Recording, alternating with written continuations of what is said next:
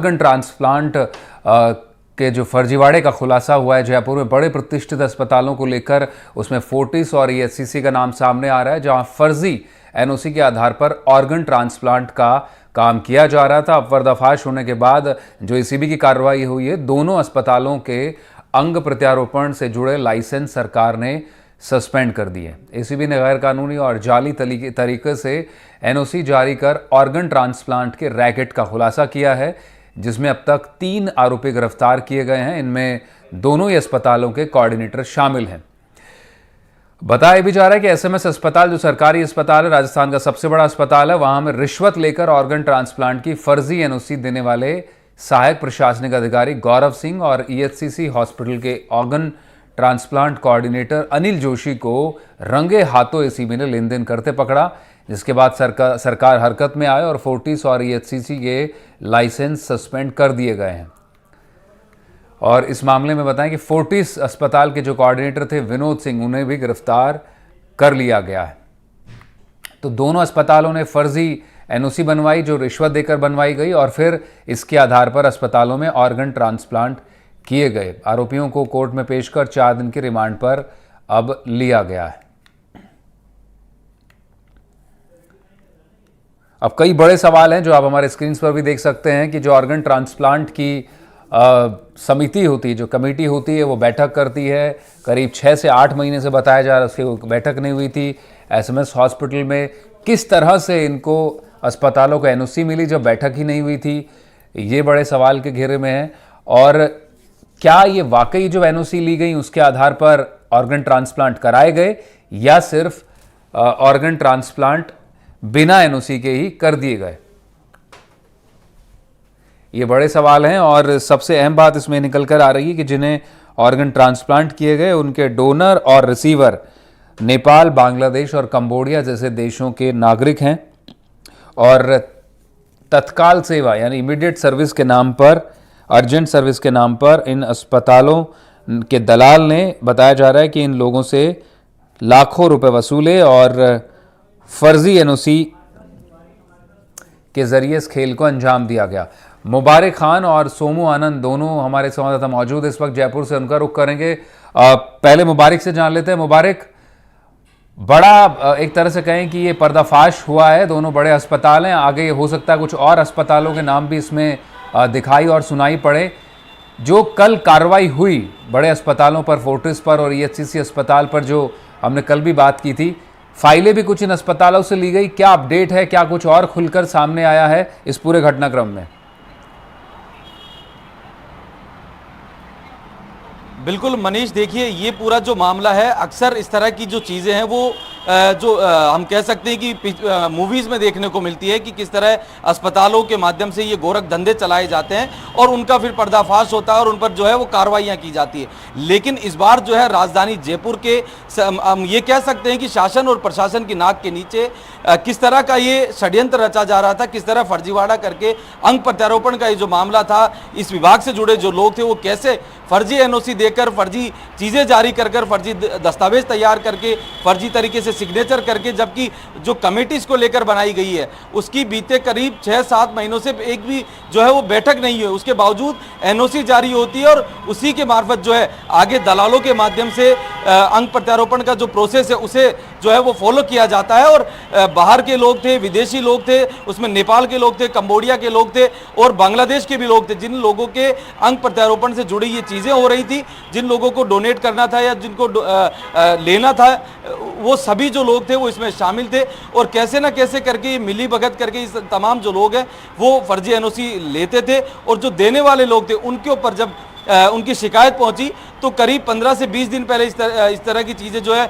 वो एसीबी के पास आती है और उस चीज़ को डेवलप करते हुए एसीबी जब इसकी पड़ताल करती है तो बड़ा खुलासा ये होता है कि एसएमएस अस्पताल के जो सहायक प्रशासनिक अधिकारी है गौरव सिंह और ईएससीसी के अनिल जोशी और विनोद, जो कि फोर्टिस हॉस्पिटल के कोऑर्डिनेटर हैं अंग प्रत्यारोपण विभाग के। ये तीनों लोग मिलकर इस तरह का ये जो गोरख धंधा है वो चला रहे थे। अब बड़ा सवाल ये है कि आखिर कौन कौन लोग इसमें शामिल थे, किनकी सह पर ये चीजें हो रही थी, आखिर ये जो रिश्वत की राशि थी ये कहां कहां तक जाती थी, कौन कौन लोग इसमें शामिल होते थे और किन लोगों की हम कह सकते हैं कि सह इसमें होती थी। क्योंकि अगर इतना बड़ा फर्जीवाड़ा हो रहा है तो क्या सरकार और सरकार से जुड़े जो लोग हैं, प्रशासन के जो लोग हैं, क्या आखिर उन तक ये चीजें नहीं पहुंची? और बाहर के लोगों से कैसे संपर्क किया गया? एम्बेसी के मार्फत वो लोग यहाँ आते थे, तो क्या एम्बेसी में जो दस्तावेज दिए गए क्या वो फर्जी थे, या फर्जी दस्तावेजों के माध्यम से जो है यहाँ तक इन चीजों का अप्रोच किया जाता है? ये तमाम वो सवाल है जो कि अब सवालिया निशानों के घेरे में। ऐसे में एसीबी लगातार इन लोगों से पूछताछ कर रही है और जब पूछताछ पूरी होगी तो कई बड़े खुलासे होने की हो सकते हैं। बिल्कुल, मुबारक बने रहेगा। सोमू भी हमारे सहयोगी मौजूद हैं और लग रहा है शायद किसी हॉस्पिटल पर ही मौजूद हैं, शायद जहां कार्रवाइयां हुई है वहां हैं। सोमू, जरा बताइए आप कहां मौजूद हैं, और दूसरी सबसे बड़ी अहम इस जानकारी निकल कर आई है जो दोनों हॉस्पिटल्स हैं, करीब करीब बताया जा रहा है कि जो एसीबी ने जो फाइलें पकड़ी हैं उसके हिसाब से लग रहा है कोई 1000 के करीब एनओसी बांटी गई, लेकिन जो ट्रांसप्लांट हुए उनकी संख्या 100-125 ही है। बाकी एनओसीज का क्या हुआ, जैसे मुबारक जिक्र कर रहे हैं, तो ये बड़ा फर्जीवाड़ा है। क्या अपडेट है आपके पास यहां से? निश्चित रूप से मनीष, देखिए मैं इस वक्त फोर्टिस अस्पताल के बाहर खड़ा हूं और ये बहुत प्रतिष्ठित अस्पताल है जयपुर का और दूर दराज से लोग यहाँ पर आते हैं। और जैसा कि आपने भी बताया कि 1000 के आसपास की जो सूचना है, जो आंकड़े बता रहे हैं कि वो पिछले 3 साल में 2021 के बाद से अब तक जो है वो ट्रांसप्लांट के लिए एनओसी जो दी गई है। अब उसमें जो जांच चल रही है उसमें कई सारी चीजें सामने आ रही है। खास तौर पे जो फोर्टिस अस्पताल का प्रशासन है वह भी सवालों के घेरे में है और एसीबी की कार्रवाई यहाँ भी हुई। एसीबी ने कुछ महत्वपूर्ण फाइलों को यहाँ से एसीबी ने जब्त किया है और देखना यह है कि अब जब जांच और आगे बढ़ती है तो कितनी ज्यादा संख्या ये बताई जाती है, क्योंकि ये तो बहुत साफ है कि एसीबी को सूचना मिली थी, स्वास्थ्य विभाग को भी ऐसी सूचना मिली थी और दोनों के समन्वय से ये चीज की गई। एसीबी ने यह कार्रवाई की और उसके बाद फोर्टिस अस्पताल और एक और अस्पताल पर जो है ये कार्रवाई की गई है। सहायक प्रशासनिक अधिकारी का जो इन्वॉल्वमेंट है वह भी बहुत महत्वपूर्ण है और संदेह के घेरे में है, और इसके साथ साथ यह भी कि कितने ऐसे लोग हैं जिन्हें इस तरह से अवैध तरीके से मदद पहुंचाई गई है, इसको लेकर के कार्रवाई कर रही है। लेकिन फिलहाल इतना जरूर कि इस अस्पताल पर और एक और अस्पताल जो ईसीएच है वहां पर कार्रवाई एसीबी ने की है। फोर्टिस अस्पताल से भी कुछ महत्वपूर्ण दस्तावेज जो है वो अपने साथ लेकर के गई है, खासतौर पे जो ऑर्गन ट्रांसप्लांट से जुड़े हुए दस्तावेज हैं उसको लेकर के पूरे मामले की जांच एसीबी कर रही है। बिल्कुल बिल्कुल सोमू, और जो सरकारी स्कीम्स है उनके तहत भी इलाज किया जाता है इन अस्पतालों में। जो पिछली सरकार की मुफ्त इलाज योजना थी उसके तहत भी यहाँ पर भारी तादाद में मरीजों का इलाज हो रहा था, और अब इस बीच ये खबर आना निश्चित रूप से सवालों के घेरे में खड़ा करता है इन अस्पतालों को और अस्पताल प्रबंधन को। मुबारक, आपसे जानकारियां ले रहे थे, जिस तरह से सोमू से भी पूछा मैंने कि करीब करीब बताया जा रहा है कि 3 साल में 1000 के आसपास एनओसीज बांटी गई। ये बड़ा अहम होगा, क्या सारी एनओसीज फर्जी थी? जिस तरह से गौरव सिंह को पकड़ा गया ईएचसीसी हॉस्पिटल के कोऑर्डिनेटर से लेन देन करते हुए, इससे पहले का जो घटनाक्रम रहा होगा उस पर से पर्दा उठाना, कितने लोगों को इन लोगों ने इस तरह से फायदा पहुंचाया फर्जी एनओसीज के जरिए और उनसे कितनी रकम वसूली गई? क्या सभी लोग विदेश से थे या फिर देश से भी लोगों को जो जरूरतमंद है, वाकई जिन्हें जरूरत थी, उनको उनके हक को ताक पर रखकर उन्हें प्राथमिकता दी गई और पैसे लेकर ट्रांसप्लांट किए गए? ये बड़ा अहम जानकारी जो लोग जानना चाहेंगे। देखिए मनीष, जब गौरव के घर एसीबी पहुंचती है और एसीबी इस पर जब कार्रवाई कर रही थी तो उनके घर से जो ये एनओसी जो पाई गई उनके घर पे, जो कई अधूरी थी कई बनकर तैयार थी, वो 40% जो है वो विदेशी लोगों की थी। तो ऐसे में आप मानकर चल सकते हैं कि अगर 10 एनओसी वहाँ मिली है उनमें से 4 बाहर के लोगों के, जिसमें नेपाल, बांग्लादेश और कंबोडिया के लोग थे।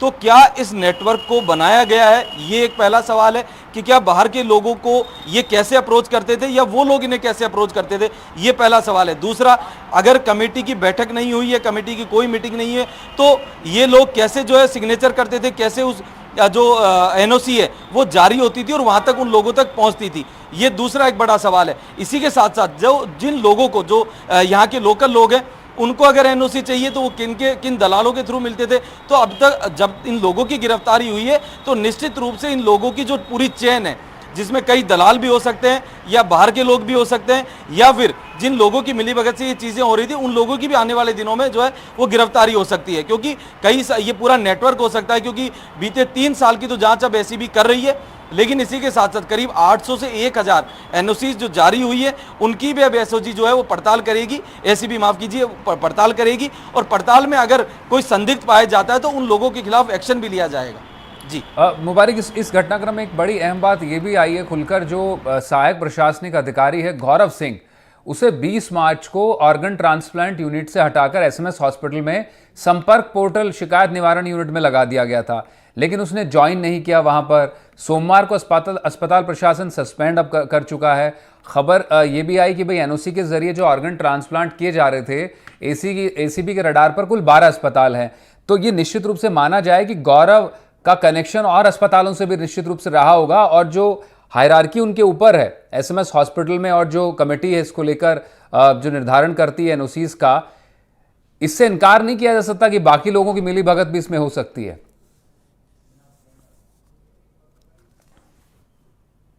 देखिए हम बार बार वही बात कह रहे हैं, लेकिन अब तक हमारी भी कुछ सीमाएं हैं और ऐसी भी जिस तरह कार्रवाई कर रही है वो भी कई चीज़ों से अभी खुलकर सामने नहीं आ पा रही। लेकिन ये जरूर तय है कि आखिर ये चीज़ें जब हो रही थी तो कहीं ना कहीं मिलीभगत तो तय थी, और इन लोगों से जुड़े जो 12 अस्पताल जिनका जिक्र कल एसीबी के जो डीआईजी थे उन्होंने भी किया, और 2 बाहर के अस्पताल भी बताए जा रहे हैं जिसमें मुंबई के 2 अस्पताल शामिल हैं। अस्पतालों के नाम अब तक सामने नहीं आए, लेकिन अगर अस्पतालों के थ्रू या बाहर के जो अस्पताल थे, जो बाहरी राज्यों के थे, बाहर के राज्यों के लोगों से ये संपर्क में थे, तो इसका मतलब ये है कि ये अकेले तो नहीं थे। यहाँ किन लोगों से जुड़कर ये लोग काम कर रहे थे, क्योंकि अगर 12 अस्पताल थे तो 12 अस्पतालों के जो डॉक्टर हैं या फिर वहाँ पहुँचने वाले जो लोग थे जो उनसे मिलते थे या बात करते थे इस संबंध में, तो वो भी एक पूरी तरीके से चेन है। तो ये हम मानकर चल सकते हैं कि आने वाले दिनों में जब भी इस मामले का पूरा पटाक्षेप होगा तो उस समय कई बड़े नाम और कई अस्पतालों के नाम सामने आएंगे, लेकिन उसके बाद ये बात रहेगी कि क्या सरकार उन लोगों के खिलाफ सख्त एक्शन लेगी या नहीं। बिल्कुल यही सवाल होगा, क्योंकि इसके तार निश्चित रूप से और बड़े लोगों से भी या बड़े अधिकारियों से जुड़े भी मिल सकते हैं, दूसरे अस्पतालों के भी और एसएमएस हॉस्पिटल के। आप दोनों बने रहेगा, सोमू भी हमारे साथ हैं, राजीव अरोड़ा भी हमारे साथ फोन लाइन पर मौजूद हैं, जो सोशल एक्टिविस्ट हैं और कांग्रेस से भी ताल्लुक रखते हैं। राजीव साहब, स्वागत है एनडीटीवी पर समय निकालने के लिए। बड़ा सवाल मेरा आपसे यही होगा कि जो एक खेल चल रहा था ऑर्गन ट्रांसप्लांट का, बड़ा सेंसिटिव इशू है, बड़े जरूरतमंद जीवन और मरण से जुड़ा हुआ प्रश्न होता है, उसमें इस तरह की फर्जीवाड़े का खुलासा होना एसीबी के जरिए बड़े सवाल खड़े करता है। और ये अभी नहीं, ये खेल बहुत पहले से भी चल रहा होगा राजस्थान में। जी नमस्कार, धन्यवाद आपका। जी, जो एसीबी ने कार्यवाही करी है ये बहुत ही आवश्यक लग रही है अब जब सारे खुलासा सामने हो रहा है, क्योंकि हम लोग जो संस्था चलाते हैं, पहले खाली दक्षिण भारत के अंदर कैजेवर ऑर्गन ट्रांसप्लांट होता था और ये अंगदान महादान है, तो इसके ऊपर इसकी जागरूकता फैलाना बहुत जरूरी है। और समय समय पे देश के प्रधानमंत्री नरेंद्र मोदी जी ने भी अपनी मन की बात में इस तथ्य को रखा है कि लोग बाग अंगदान करें। देश में लाखों लोगों को किडनी की, लिवर की, पेनक्रियास की, हार्ट की आवश्यकता होती है, और ऐसे समय ऐसा घृणित कृत्य करना ये क्षमा के योग्य नहीं है। इसकी पूरी जांच होनी चाहिए, क्योंकि एक तरफ तो हमारे जैसे एनजीओ लोगों को प्रेरित करते हैं अंगदान के लिए, और बाद में मालूम पड़े कि इस तरीके का कोई खेल हो रहा है, तो ये निश्चित रूप से चिंता का विषय है। और एंटी करप्शन ब्यूरो राजस्थान ने इस पर कार्रवाई करी है, तो मैं चाहता हूँ कि इसकी तह तक जाया जाए और इसको दूध का दूध पानी का पानी करने की बहुत बड़ी आवश्यकता है, क्योंकि एक तरफ तो बहुत सारी संस्थाएं ब्लड डोनेशन के लिए, कोई किडनी केयर फाउंडेशन चलाता है। जी जी, और सबसे बड़ा सवाल ये भी राजीव जी इसमें कि जो जरूरतमंद है, जिन्हें वाकई अभी फौरन जरूरत होती है, उनकी सेवा को ताक पर रखकर, क्योंकि अब सवाल ये भी आ रहा है कि जो रिसीवर और डोनर इन एनओसीज के जरिए जिन्होंने ऑर्गन ट्रांसप्लांट कराया, उनमें विदेशी भी लोग शामिल हैं, तो ये निश्चित रूप से ऐसा भी हुआ होगा जो अब एसीबी पड़ताल करना चाहेगी कि जो लोग थे जरूरतमंद, जिनको प्रायोरिटी दी जानी चाहिए थी, उनके हक को ताक पे रखकर दूसरे लोगों को डोनेशन किया गया, ऑर्गन ट्रांसप्लांट किए गए। है उसके अंदर वेब रजिस्ट्री होती है और बाकायदा अंगों को परमिशन के बाद ही दिए जाते हैं और प्रत्यारोपण होता है। हम लोग तो कैरेगिवर ऑर्गन ट्रांसप्लांट से जुड़े हुए हैं, उसमें खाली मृत व्यक्तियों के ही जो अंग लिए जाते हैं।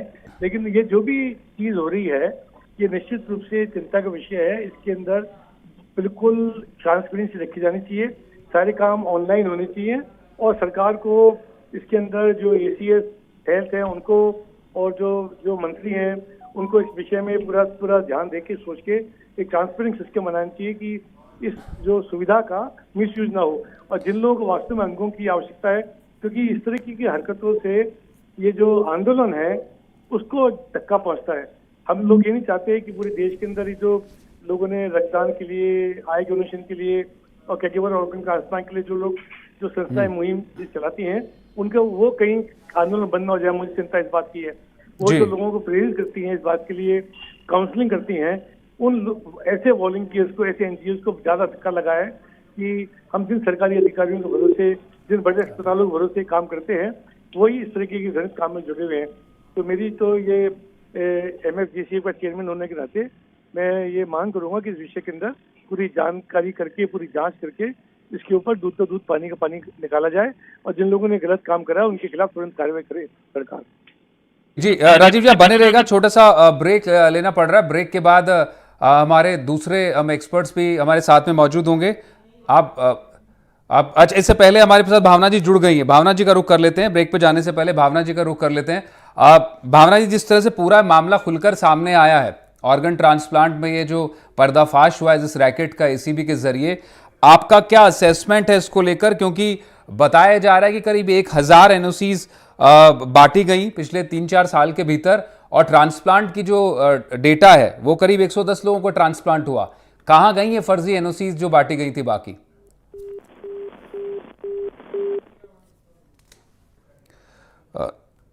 इस वक्त पे भावना जी से संपर्क नहीं हो पाया है। दोबारा कनेक्शन स्टैब्लिश करने की कोशिश करेंगे। छोटे से ब्रेक के लिए रुक रहे हैं, आगे भी खबरों का सिलसिला जारी रहेगा।